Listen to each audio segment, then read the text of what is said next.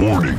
The views and opinions expressed do not necessarily reflect that of the HHN TV or its constituent entities. Viewer discretion is advised.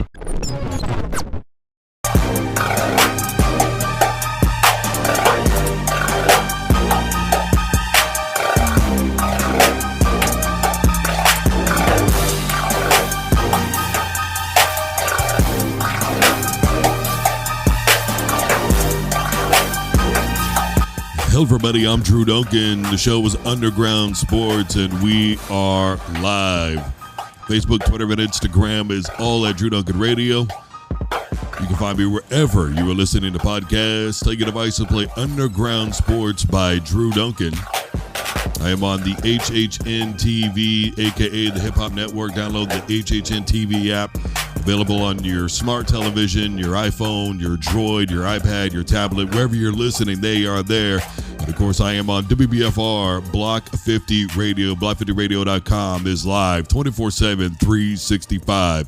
Plenty to get to today. Obviously, we're going to be talking about Green Bay and Frisco from last night.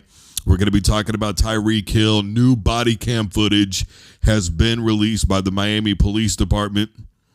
We're going to be talking about Shador, him kind of going back and forth a little bit with reporters. We're going to be talking about Kendrick Lamar. He has been announced as the headliner for the Super Bowl. We're going to be talking about quarterback evaluations from this past weekend in the NFL. Overtime rules. Texas spearing the flag at midfield in Michigan. Plenty to get to today. All right, so first thing is first, obviously the big news is going to be the body cam footage released, right? Look, I've seen the entire video, and the first video that I initially posted, the one that I initially found on Twitter, looked like Tyreek was sitting there. Somebody ran over, may have punched him, kneed him. It was really difficult to tell. Now with the body footage, we get to see exactly what happened. Yeah, Tyreek was bumping his gums a little bit, but a lot of people get tiffy with the police. And the officer was clearly about to walk away. Tyreek then rolled up his window. He's obviously on the phone with his agent, Drew Rosenhaus. And at that moment, the police start, hey, roll down your window, leave it rolled down the entire time. Why? Because they know at that moment he's on the phone with their agent. They immediately, you could hear Tyreek in the video say, hey, I'm about to get out of the car. I'm finna get out. And they just opened up the door, yanked him out of there, cuffed him. Then they brought him over to the sidewalk. They never really, from what I saw, instructed him to sit down. Then somebody goes over. They're trying to like push him down.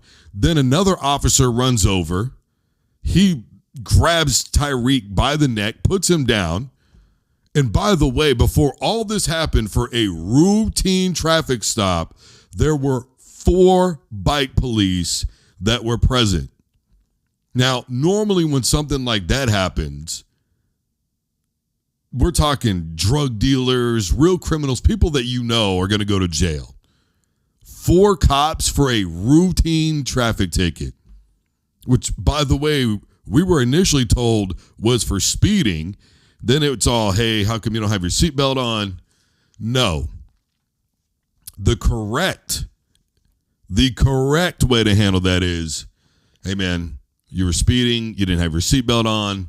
That's why I stopped you. I'm going to go ahead, go run your license real quick. I'll be right back. That's pretty simple. But no. And by the way, they knew they had Tyreek stopped because one of the other officers looked over and said, hey, man, it's Tyreek. So it was very clear that they knew who they had stopped. Plus, you ran the plates, didn't you? I mean, come on. Now, there's a lot of jokes being made, obviously, about, fantasy football teams and all this other stuff, which, who knows? I mean, let's not forget there were referees that were going to players and going, hey, man, I got you on you're on my fantasy team. I need you to do well today. Like, what?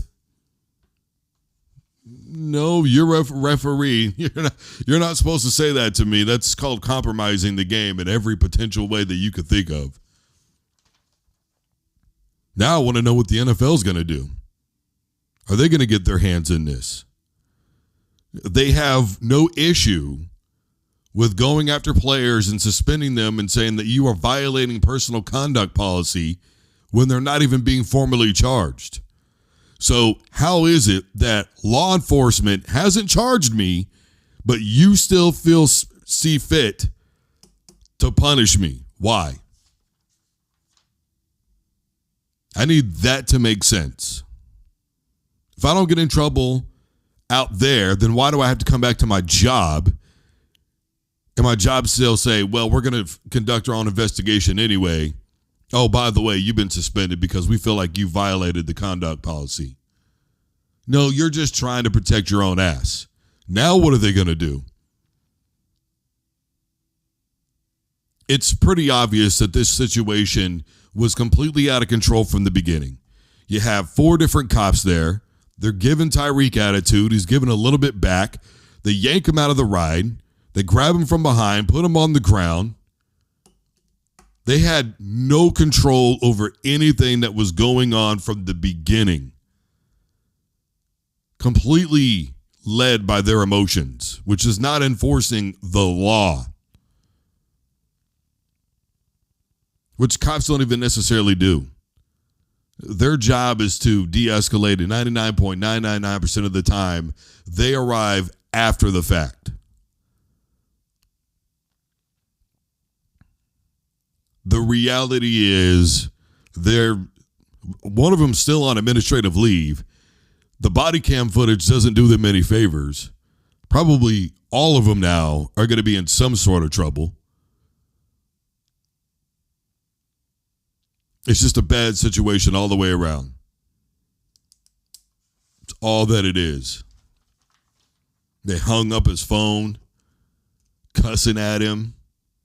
You're a little fucking confused. Don't worry about it. I hung up your phone, man. So that's that. We have physical proof of what happened. That's all there is to it. So Shedeur Sanders was getting a little tiffy with some of the reporters. They were asking him, hey, what are we going to do about this run game? You didn't play that great. And it was, hey, how many times did their quarterback get touched? Oh, boy.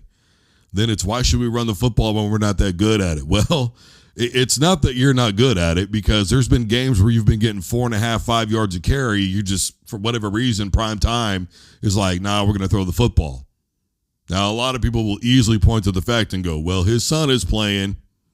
Do the math, amigo. I'm not going to say no to that. I just think it's poor game planning, if you ask me. But a bigger problem has happened now as Colorado continues to implode. This is carrying over from a season ago. They are imploding. And now that Shedeur has basically thrown his offensive line under the bus, now he's thrown his defense under the bus, because essentially what he just said was, hey, my line's not protecting me, and the defense isn't doing their job. And their offensive line is. So the trifecta of, and by the way, then he said we don't have a good run game. So now the running backs are involved. So very literally, he just threw the whole team under the bus. So now what? Now where do we go if you're Colorado? I mean, Deion's got to get a hold of this thing. It is falling apart rapidly. And you got Colorado State coming up, and we all saw that whole thing, how that went down last year with Jay Norvell. Jay Norvell did start that, for the record. Jay Norvell did criticize the mama first, for the record. And Jay Norvell did get his kids to headhunt.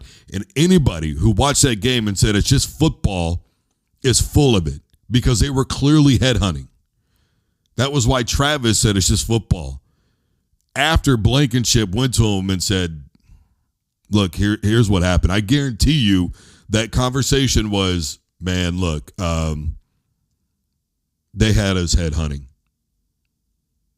You can't deny 7 yards into the end zone, and then a player makes contact with you at that point and then shoves you into the goalpost and tell me that there's not something behind that. And I get so tired of people saying that Prime starts all this stuff. They didn't. At least not that time. Look, these coaches, these players, they're jealous, they're angry, and they want a piece of Dion and his kids' asses. And now Shador just did the worst possible thing that he could do. He threw everybody under the bus. It doesn't matter if he goes, I'm not saying, no, it's too late, bro. You literally just threw everybody under the bus. That's it. Now you're going to have 74 other pissed off players. I guess maybe 72 if Shiloh and Travis are mad at him for what he said. But it is going to happen. There are conversations happening in that locker room now. There's problems in Colorado, man. And they are massive because it is Deion Sanders.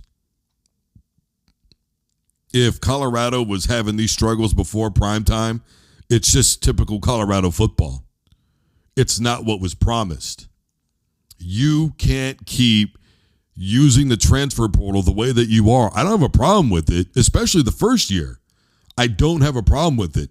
But you cannot expect to build when every year you go, all right, 43, that's literally half of the football team. At what point do you say to yourself, I need to build? Because here's the thing. To me, if Prime is truly planning on hanging around, and I mean this, truly planning on hanging around, then he wouldn't have done the transfer portal thing again the way he did this season. It wouldn't have happened. He would not have done the portal the way he did this season. He would have stuck it out. He would have waited. He would have built. That way the guys who, like I talked about yesterday on the program, even when they're not that good, they still understand what the program is doing. And so when the really great athletes come in, they've built that standard of, look, we tried to get this going. We couldn't do it. We need you guys to come in here. And now there's more of me's now, right? There's more of me's now. Plus you're a better athlete or whatever the case may be. Here's the locker room culture. Here's the weightlifting culture. This is how we push people. This is what we're doing around here. You got Michael Irvin and Warren Sapp and all these guys barking and hooting and hollering at these kids. What they don't understand is it's not 1988 anymore. This isn't the U. The U had built that by the time they got there. That was who they were. They had people that were in place, these players, these coaches. They were holding everybody else accountable. It wasn't like that at Colorado, and it's still not like that at Colorado. There's got to be consistency. If you're going to have Warren Sapp involved, you need to have him truly involved as a coach. Same thing with Michael Irvin or any of these other big dogs that you're bringing in. I love seeing them there. They were giving these kids the right act. They were coaching them up the way that a lot of kids should get coached, but they don't want to hear it because that's not how they've been playing. You know, you heard Tom Brady talk about it the other day on the broadcast. I've said it a million times. A lot of people already know this. You know, you as an athlete, sometimes you're patted on the ass your entire life. You're patted. You're told how amazing you are, how great you are, how spectacular you are by all your friends, all your family. They want to get close to you. You're in the league. You're making NFL money. There's never a reality check. And a lot of people don't want to accept the reality check. It is what it is. There's no real accountability right now within the program of Colorado, and that is ultimately their biggest downfall. The initial overhaul I agreed with, But you can't keep living like that and expecting results. The definition of crazy is doing the same thing over and over again and expecting a different result. That's all there is to it. All right, some quarterback evaluations from yesterday. Look, between Jacoby Brissett, Caleb Williams, Justin Fields, and Geno Smith, they threw for 541 yards. Only Geno threw a TD. And they all won football games. By the way, Will Levis, Bo Nix, they were no better playing against, right? Because the Denver Broncos played against Seattle. Bo Nix, I think, threw for 138 yards, a couple of interceptions. Will Levis, he had 3 turnovers in that football game, 2 picks and a fumble. The one common denominator that all these quarterbacks had that won was they weren't turning the football over. Now, to Caleb Williams' credit, somebody who I've been very critical of, he did have a drop pass in the end zone. I will say that, okay? But I've said for a while, Mr. I don't get nervous. That's cool, Broham. This is the NFL. In his second half was actually, by the stats alone, was 10 yards worse than his first half. Even with the drop TD, man, that was an unimpressive performance. But what does all this really point to? What it points to is if you perform well in other facets of the game, you can still win. Look, I've been saying for years that quarterback is not the only position in football. Now, I said last year, for instance, with Notre Dame, that Audric Estime in the offensive line, they were the real MVPs of that football team. But they kept pushing the idea of the quarterback, and it was a failure. It was horrible. Big game situations couldn't manage. Audric Estime was the real deal. And when you look at Notre Dame and the best games that they had, it was when they gave him the football the most. Was it Sam Hartman? It didn't work out. You had one season. The reality is there's more to the football or game of football than somebody throwing for 450 yards. You know, there's so many different things that play into it. There's defense, there's turnovers, there's special teams. You got running backs. We'll be getting into Frisco and Green Bay, obviously, here in a little bit. Look at that performance from last night, 147 yards. It's not just on one person. You know, I kept saying this with Russ. It wasn't all on him. It wasn't. The offensive line was atrocious. Guys were dropping passes all the time. All the fumbles from Cortland Sutton. They were just a horrible football team. The defense, come on, man. The game against Miami, defense was horrible all year long. They were at least 24th or worse in every major statistical category a season ago. And it doesn't look like they're going to get any better. They allowed 146 yards of rushing offense on Sunday.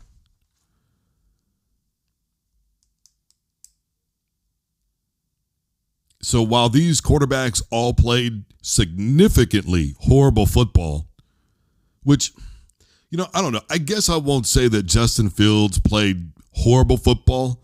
Justin Fields did what you expect a backup QB to do, right? He came in, he managed the game, didn't make a whole lot of mistakes. You know, he missed some throws, don't get me wrong. There were guys that were wide open and balls were thrown everywhere except for where they needed to go.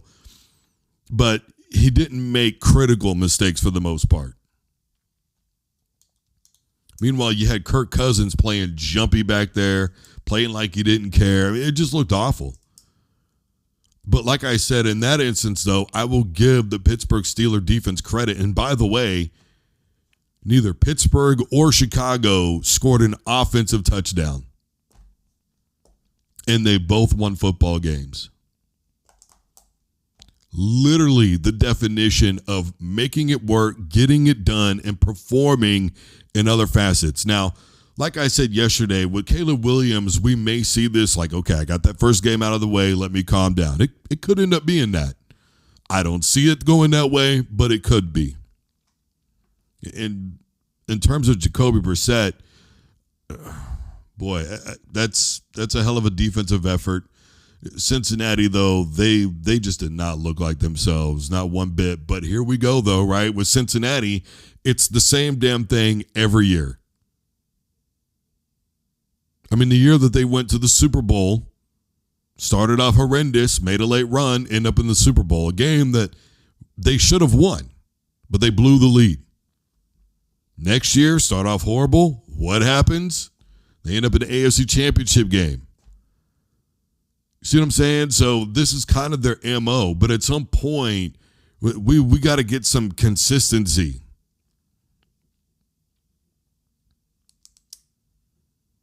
Justin Fields, I'll tell you this much right now.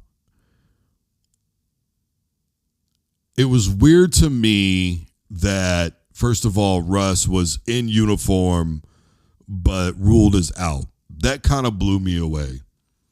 Regardless, I think Tomlin is ready for him to come back. That's going to be an obvious thing. They had a hard time getting a run game going. Atlanta was not concerned with Justin Fields. Not concerned with him at all. For the fact that they were as ready as they were for the run game, and Pittsburgh, Najee, what did he get? 74 yards in that game.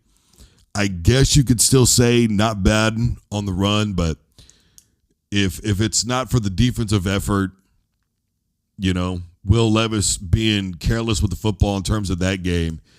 Look, out of all the performances, to me, Caleb Williams and Will Levis were far and away the worst. Now, Will Levis, to his credit, part of it is that offensive line. But come on, man, you're just go down. Instead, you toss the ball, and you saw him directly afterwards. He's grabbing his helmet and going, oh, man, what did I do? We all saw that happen in real life and in real time, Broham. That wasn't a video game thing. Somebody got a little nervous and accidentally hit the button or whatever. That was real life, fam. I, for one, think that Will Levis and Caleb Williams had the worst performances. Especially Will Levis. That many turnovers. That's a bad day, Broham. Gotta do better. Absolutely have to do better.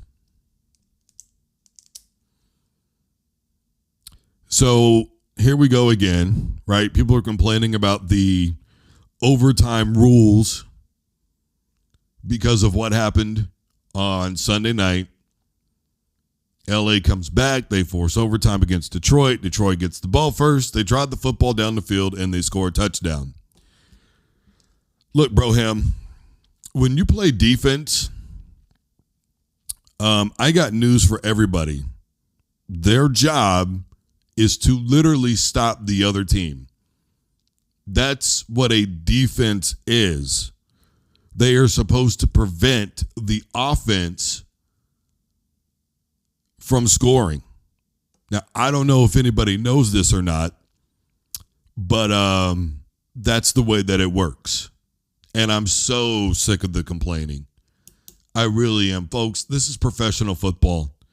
We cannot turn everything into the college game. I understand that college football is exciting, but the NFL does not have the equivalent atmosphere. They don't have the equivalent anything. To me, college football is the superior product. But for me, the point is when you are at the truly professional level, you are expected to do things at the professional level that are above the level before you, because it is supposed to be more difficult. the Rams didn't do their job. They did not stop the Detroit Lions from scoring a touchdown. Game over. Go home. Bye-bye. Sorry you lost, kid, but that's the way the cookie crumbles. You can't win them all. And I, for one, am really tired of people trying to make the NFL into something that not only is it not, but something that it absolutely shouldn't be. Why do we want to change everything about the game? Why do we want to change all the rules? Why do we want to have these goofy kickoffs and all this other stuff? It doesn't make sense. The original NFL rules were fine just the way they were. They were good, bro. First person to score wins. It's called sudden death for a reason. Let's make everything fair. It's not fair. Why didn't Matthew Stafford get a chance? It's just not fair. It's not supposed to be fair. It's the NFL. You're getting paid millions of dollars to stop the other team from scoring.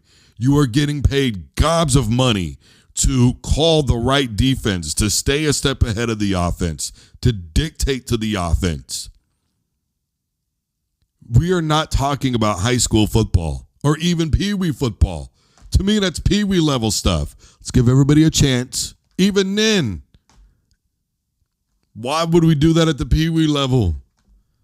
This is not college. It's the NFL. And I know that somebody's going to go, well, the college game is really more like the professional game as it is. Well, they're treated like professionals.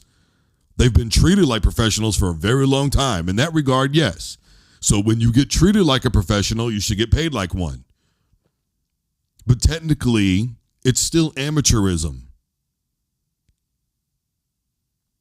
So if you want to say that we're not full-on professionals and we're in college, then the rules need to be a little bit different. That's why in college, you can have 1 foot down in it being catch. In the NFL, you got to have 2 feet down. Or, remember John Madden, 1 knee is as good as 2 feet. That's why it changes, because it gets harder. It's supposed to be harder. And those who truly have the gift and the skill and the work ethic to be there are supposed to be the ones that are there. That's the whole idea behind it. We're not talking quantum physics here, man. We're talking something, it's very simple. We don't need all these crazy overtime rules, man. This ain't the XFL where they're just trying to do anything they can to stand out. We are not talking about college football where it's entertaining to get the football where they do. We're not talking about high school athletics. We're talking about paid professionals. That's why they're called professionals, because they're supposed to be the best of the best. And the best of the best means, and hear me out, I'm better than everybody else at doing my job. 90% of the other people who do this cannot do it the way that I do. That's why I'm where I am, and that's why they are where they are, and that's the reality of the situation. And there's no difference between that and anything else. That's why you're called a professional. Do you know what the definition of the word professional is? It's real simple. In fact, I'm going to make it clear for everybody.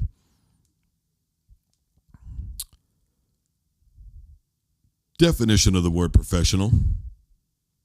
Here's the definition of professional: relating to or belonging to a profession. The career. Relating to or belonging to a profession. And also it goes on to say engage in a specified activity as one's main paid occupation rather than as a pastime. A person engaged in a qualified profession. Professionals such as lawyers and surveyors. Not doing this for fun. Make the stop. Real simple. All right. Frisco, Green Bay last night. Boy, when I heard Christian McCaffrey went out, I thought for sure they were done, because a season ago, they were not very good at all. When Christian McCaffrey was hurt during a game or unavailable for whatever reason, he missed a game last season. Anytime that he was held basically under 65 yards rushing, they didn't win football games. So I was really surprised to see how it all went down. Now, I wasn't surprised to see how Aaron Rodgers played, but I definitely was surprised by Jordan Mason. Man, that offensive line is good. Of course, we'll see what happened. Their big dog went walking off yesterday.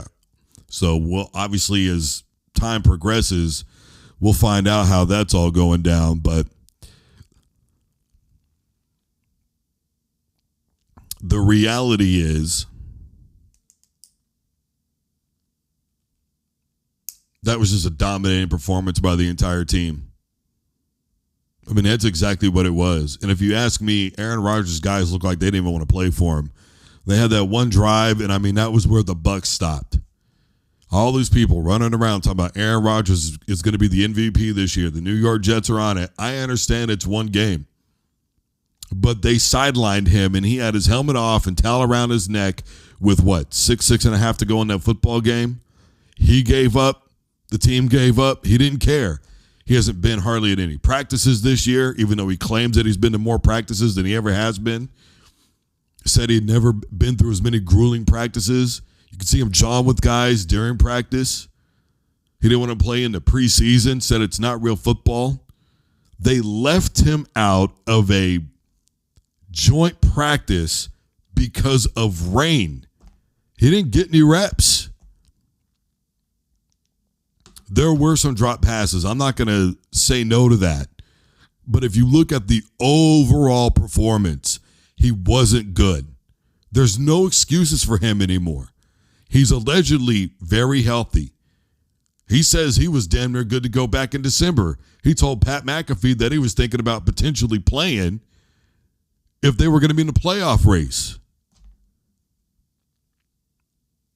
Does anybody remember the time when people thought that Aaron Rodgers was better than Tom Brady because he was way more athletic and supposedly he was carrying the Green Bay Packers?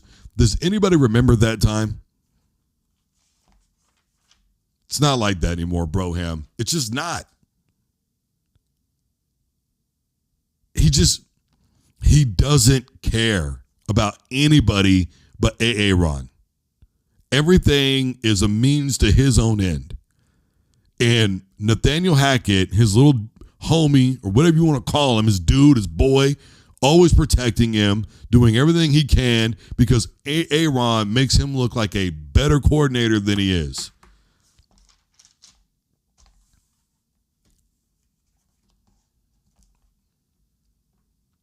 It's the reality of the situation. And by the way, if you do want to make excuses for him, then I need you to keep that same energy for Zach Wilson. Because this is still basically the exact same football team that Zach Wilson has had. And everybody trashed him and said he wasn't good. Denver Broncos aren't playing him. They let a rookie quarterback play the way that he did.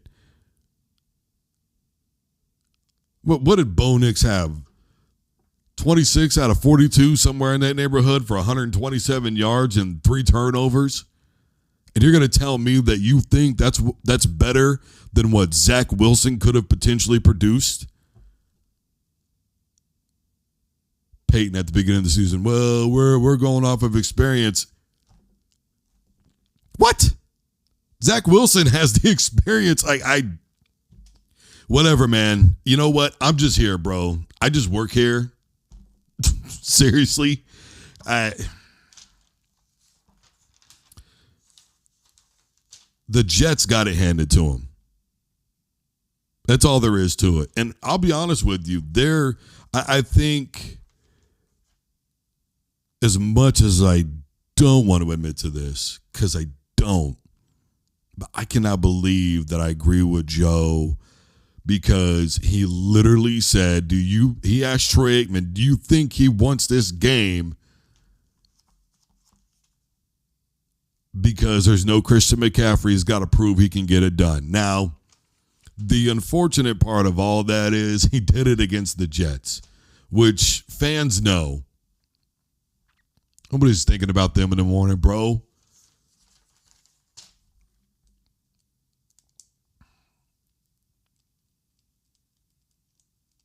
I can appreciate, by the way, where Troy Aikman is coming from. Somebody's got to get him the football.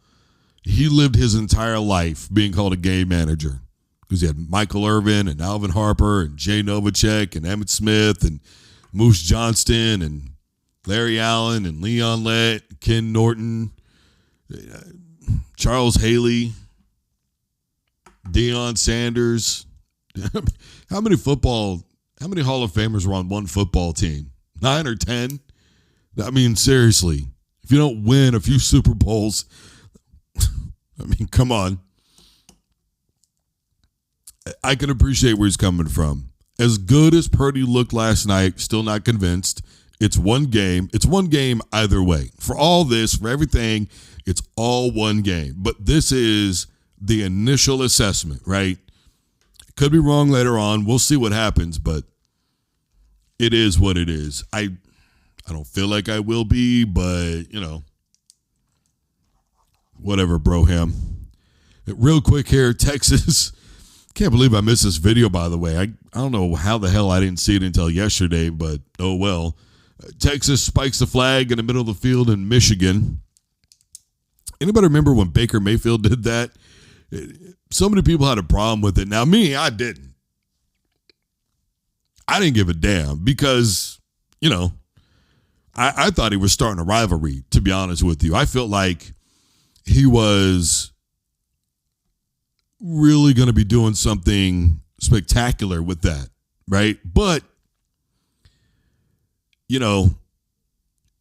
it is what it is. Nothing really came out of it in terms of that. I think the only reason why Baker apologized, and I never felt that he needed to, was I think somebody had tipped him off, hey, man, the Browns are thinking about drafting you. You've got to say you're sorry for this. I don't think it really mattered to Cleveland fan, if I'm being honest with you. I don't think that they felt like he needed the apology. If anything, later on, they probably appreciated who he is as a player, and they're missing him right now. That's for damn sure. Regardless, the point of what I'm saying here is I don't have a problem with it. I know there are people who can't stand it. They say it's disrespectful. It's all this. Man, it's a part of football, man. Why? Y'all are so soft, man. For a bunch of people who watch football and claim that everybody else is a bunch of nannies, get real soft real quick when it's your team. Man, why would he do that? That's so disrespectful. Like, stop, bro. Just stop. We're all adults here. Why are you bagging on 19, 20-year-olds, talking all that noise, man? Let it ride, pimpin'. It ain't got to be all that, Brody. It's just football. It's not that big of a deal. If Michigan didn't want something like that to happen, well, they could have stopped Texas, but they didn't. Offensively, right now, they're completely inept. They haven't figured out their identity yet. Defensively, we found out they're probably not near the same football team that they were the last couple of seasons.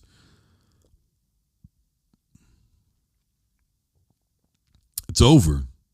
I've said Sharon Moore's in a no-win situation, and that's exactly how this thing is going to play out. He's literally got to win 10 games this year, and he has to beat Ohio State. If he doesn't, all the red flags are going up for all the wrong reasons, and he's out. They're not going to give him the time of day. What a horrible situation. I legitimately feel bad for him. And somebody's going to say, well, he's a grown man. He chose to sign that contract. He did, but where else was he going to go? All that stuff is hanging over his head, man. Nobody was going to sign him as a head coach. And hell, he probably couldn't have even got a job as a coordinator. Might have been maybe a line coach or something at best. But to be honest with you, if he hadn't taken the job at Michigan, I don't know that he'd be coaching anywhere right now because of all the stuff that's going on at Michigan. We'll see what happens. The bottom line here is I don't have a problem with what they did with the flag. You don't want somebody to do that in your backyard? Well, when they come to your backyard, you have to defend your house. They didn't do that. So, of course, they're going to get real gully. Why wouldn't they? Wouldn't you feel like you could be a little disrespectful if you walked into somebody's crib and just manhandled them and did whatever you wanted to do? Of course you would. It's all about the guy who brings in the furniture first, right? He's making it his house. Remember that, fellas. All right, real quick here. Boy, this is some drama. I get it. I would have chose Lil Wayne too. Now, to me, Nicki Minaj, I appreciate her, but she can, I don't want to say stay out of it, but like she was right and wrong with what she said. You know, she was like, she inspired people to get face tattoos. Like, hold on, man. the teardrops and all that stuff, that stuff has meaning behind it, bro. Okay? If you want to say neck tattoos, all right, cool. I'm with that.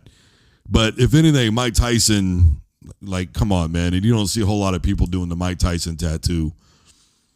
Tattoos on the face a lot of times have different meaning, okay? So let's just stop right there. No disrespect to Wayne, no disrespect to Nicki, but we got kids watching, all right? There has to be a line drawn somewhere. I understand it's not supposed to be a responsibility to be a role model.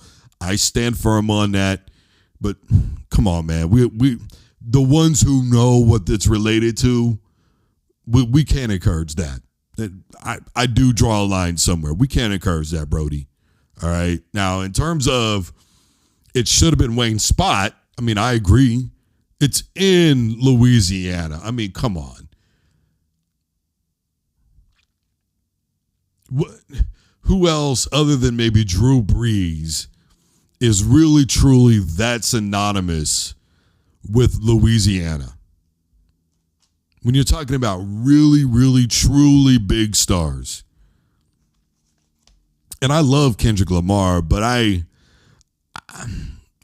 mean, Kendrick Lamar Live is on the Hip Hop Network. I guess if you want to go to the HHN TV, watch my show, and then watch Kendrick Lamar Live. And then you tell me if you think he's going to have a better stage show than Lil Wayne.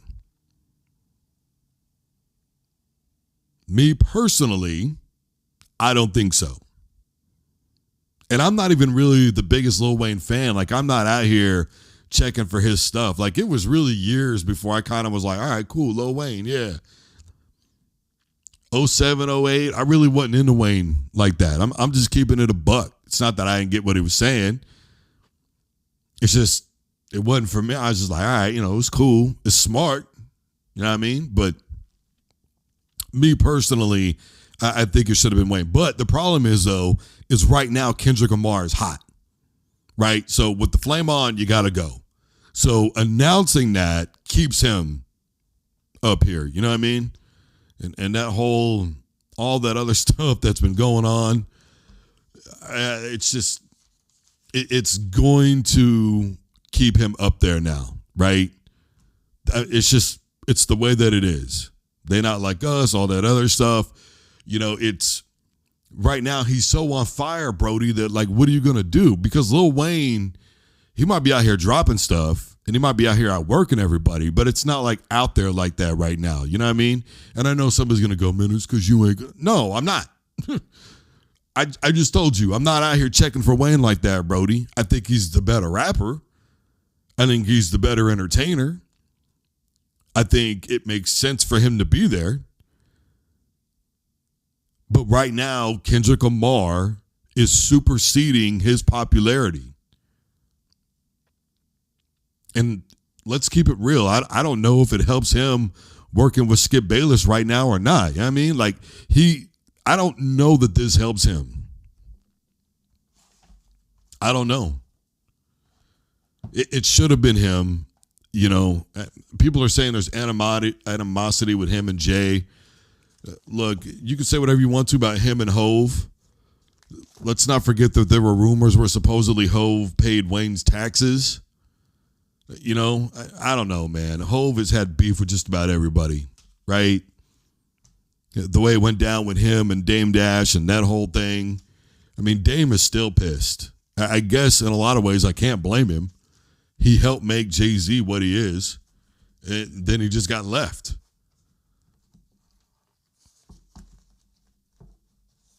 So, I don't know. He did a really good interview before Uncle Shay blew up on his show about it. But for me, for one, I'm done talking about that whole situation. I really am. I mean, it's just one of them things that's like, okay, this happened so long ago. Why are we still drudging this? I don't really get it. It is what it is. You know what I mean? I don't have a problem with Kendrick Lamar doing the Super Bowl. I just think that Wayne should have been it. He would have been the better choice. It would have made more sense to me from a legacy standpoint, right? And it's Louisiana. His overall catalog is superb. It's superior. But Kendrick is hot right now. Absolutely hot. And you got to run with it. I mean, ask Method Man. He'll tell you the music that they were making back then, even though a lot of us love it better, he will tell you these kids, man, they're making hot records now. The records we were making, they weren't hot. And a lot of people don't get it. They don't understand what he was saying. The production is 3 times as good. The beats are 3 times as hard. Sure, it's much more simplistic, but because of the production and the sound and everything that is behind it, and it's more laid back now a lot of times. I know a lot of people get tired of hearing, popping Notos and Xannies and all that other stuff, and we're all drugged out and all that, whereas you got Jadakiss talking about, he don't like serving dope fiends, but he likes making money, so he's confused when it comes to the hustling stuff, like he's talking about real life situations, right? But not everybody want to hear that, man. Not everybody want to be depressed or hear a thesis in a rap song. Some people want to go to the club, have a good time. They need music to dance to, bro. It's the way that it is. Damn, man, Lollipop ain't the most gangster track ever released. You know what I mean? I'm just saying. And it blew up.